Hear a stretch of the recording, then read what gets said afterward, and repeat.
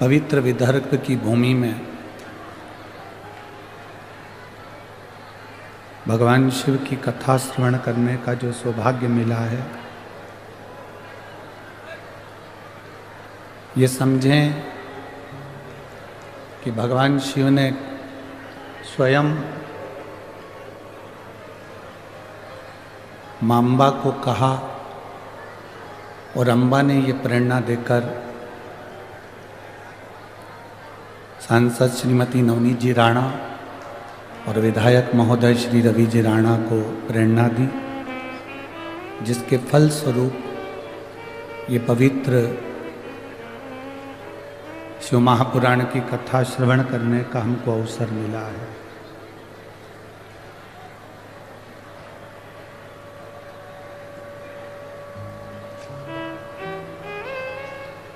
जो शिव तत्व को प्राप्त करने वाला होता है, जो भगवान शंकर की अविरल भक्ति को अपने भीतर उतारने वाला होता है,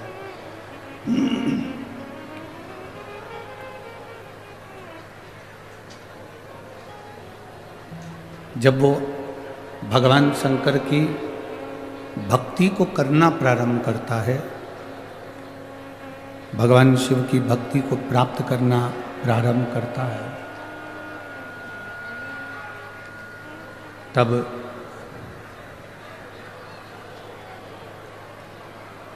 उसके जीवन में बहुत संघर्ष आता है, बहुत कष्ट भी आता है, पर शिव की भक्ति करते करते करते करते करते करते भगवान की अविरल भक्ति को धारण करते करते करते वो प्रभु चरणारविंद को प्राप्त कर ही लेता है।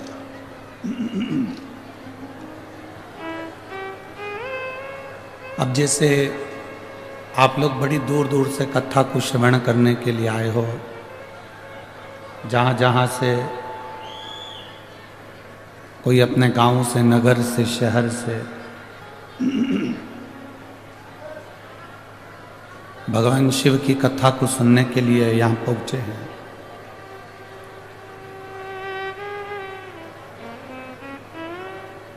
जितने कदम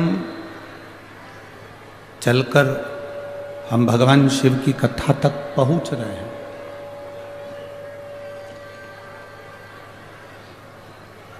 महाभारत में तो एक संवाद आता है। महाभारत के अंदर पांडवों ने जब यज्ञ करा और पांडवों ने उस यज्ञ में घंटा लगाया,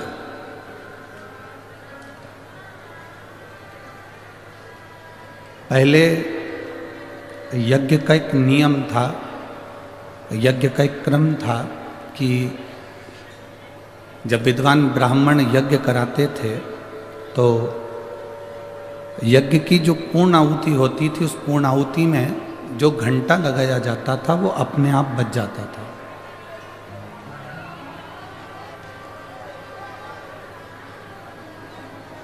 वो घंटा अपने आप पूर्ण आहुति में बज जाता था,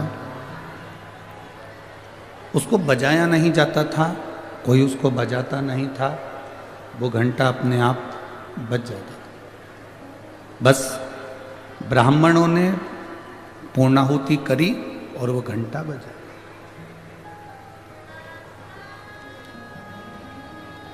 अब पांडवों ने जो यज्ञ करा, पांडवों ने जो यज्ञ करा, उसमें जो घंटा लगा था वो घंटा नहीं बजा।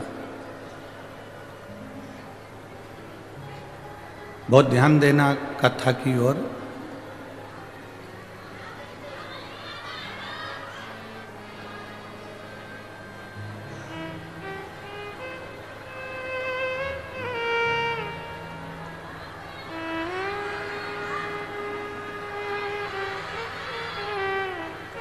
यज्ञ का जो घंटा बंधा हुआ था वो बजा नहीं। अब युधिष्ठिर के मन में एक प्रश्न उठ गया।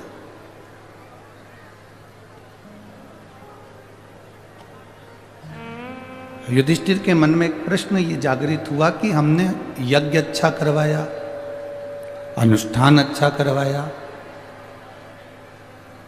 ब्राह्मण, साधु, संत, गुरुजन भी आए, उन्होंने इस यज्ञ का दर्शन भी किया, अनुष्ठान भी पूरा हुआ, पर ये यज्ञ का घंटा क्यों नहीं बजता? कारण क्या है? युधिष्ठिर ने अर्जुन को बुलाया, नकुल सहदेव को बुलाया और कहा कि एक काम करो, जरा पता करो, यज्ञाचार्य को बुलाया जाए और यज्ञाचार्य से पूछा जाए कि ये यज्ञ का घंटा आखिर बजता क्यों नहीं, ये यज्ञ का घंटा आखिर बज क्यों नहीं रहा है। अर्जुन ब्राह्मण देवता के पास में गए, यज्ञाचार्य के पास में गए और उनसे निवेदन किया कि शास्त्र रीति के अनुसार हमने ये यज्ञ में जो घंटा लगाया है, ये घंटा तो पूर्णाहुति पर बज जाना चाहिए।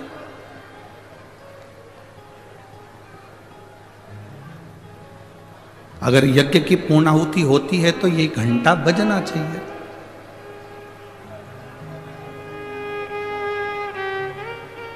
पर आज तो गजब की बात है कि पूर्णाहुति हो गई और ये यज्ञ का घंटा नहीं बज रहा।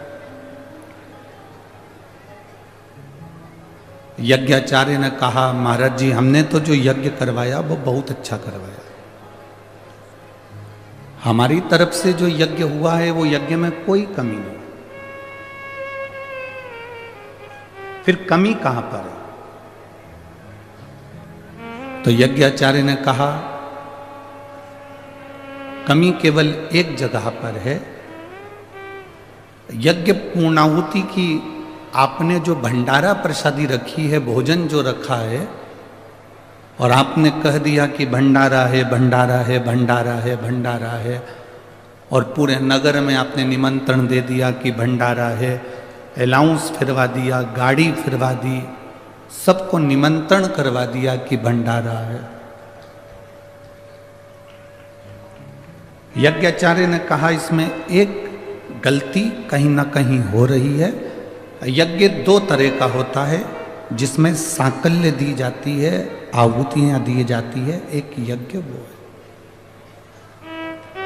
और दूसरे नंबर का यज्ञ वो है, आपने पूरे नगर में जो भोजन का निमंत्रण दिया,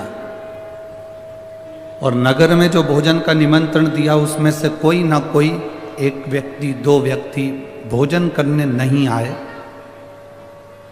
भंडारे का प्रसाद लेने के लिए नहीं आए, इसलिए ये यज्ञ का घंटा नहीं बजा।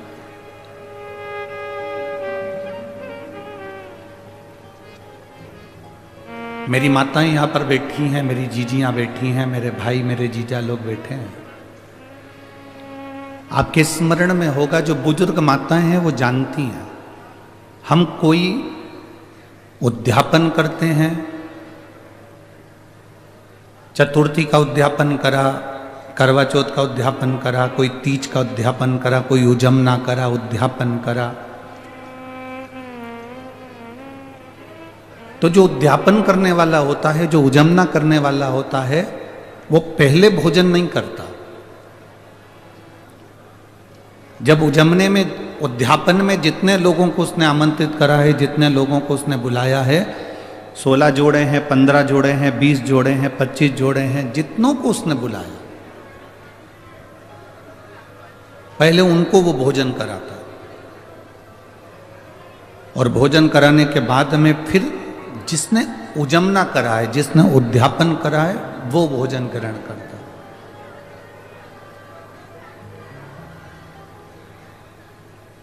अब यज्ञाचार्य जी ने कहा कि आपने जो घंटा बांधा है वो घंटा तो बज जाता, पर कोई ना कोई भूखा जरूर है, कोई ना कोई भूखा रह गया।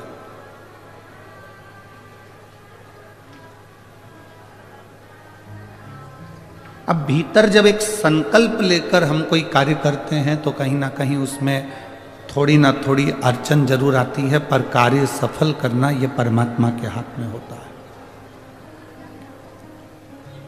युधिष्ठिर ने अर्जुन से कहा, जरा पता करो कि अपने नगर में कौन भूखा है, भंडारे का भोजन करने के लिए कौन नहीं आया, जरा मालूम करा जाए कि कौन रह गया, पता करो जरा कौन भूखा रह गया।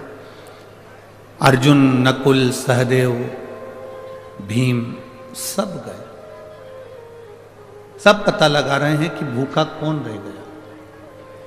एक कुटिया में एक बाबा जी रह रहे थे।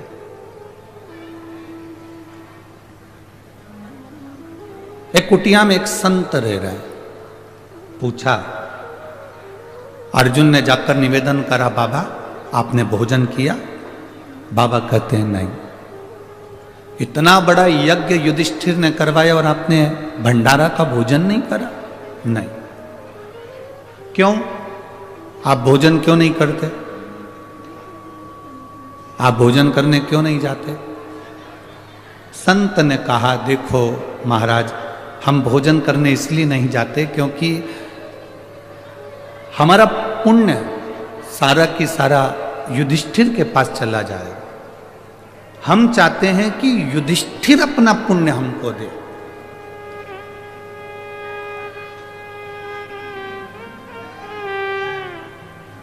जिसने अपनी जिंदगी में 1000 अश्वमेध यज्ञ करे हों, हम उसके घर में भोजन कर सकते हैं। जिसने अपनी जिंदगी में 1000 अश्वमेध यज्ञ का हमें फल दे दिया हो, हम उसके घर में भोजन कर सकते हैं। हमें भोजन की दक्षिणा नहीं चाहिए, परंतु हमको 1000 अश्वमेध यज्ञ का फल चाहिए।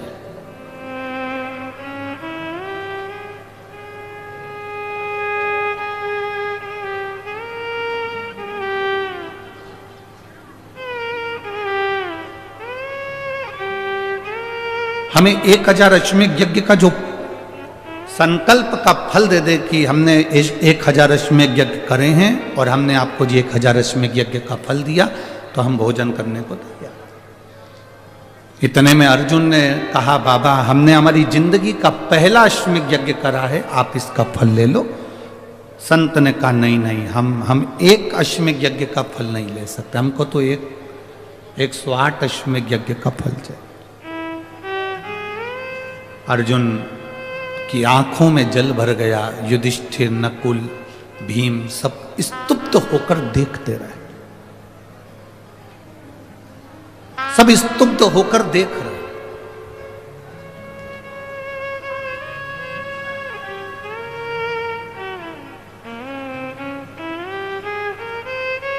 अर्जुन वापिस रथ लेकर युधिष्ठिर के पास में गए तो युधिष्ठिर ने कहा कि हमारे पास में 108 अश्वमेध यज्ञ का पुण्य नहीं है, हमारे पास में 108 अश्वमेध यज्ञ का पुण्य नहीं है, नहीं तो हम उस संत को दे देते और अपने घर में भोजन करा देते। अब करें तो करें क्या? द्रौपदी के कानों में शब्द गया,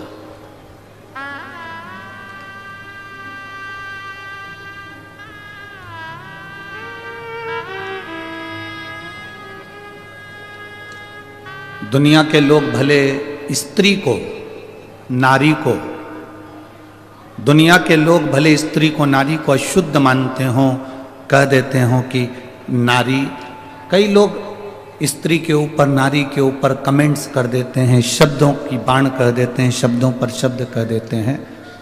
पर शिव महापुराण की कथा कहती है, जब जब व्यक्ति उलझता है, पुरुष जब जब उलझता है, घर के बच्चे जब जब उलझते हैं, परिवार जब जब उलझता है, तब तब घर की नारी, चाहे वो माँ हो, चाहे वो बेटी हो, चाहे वो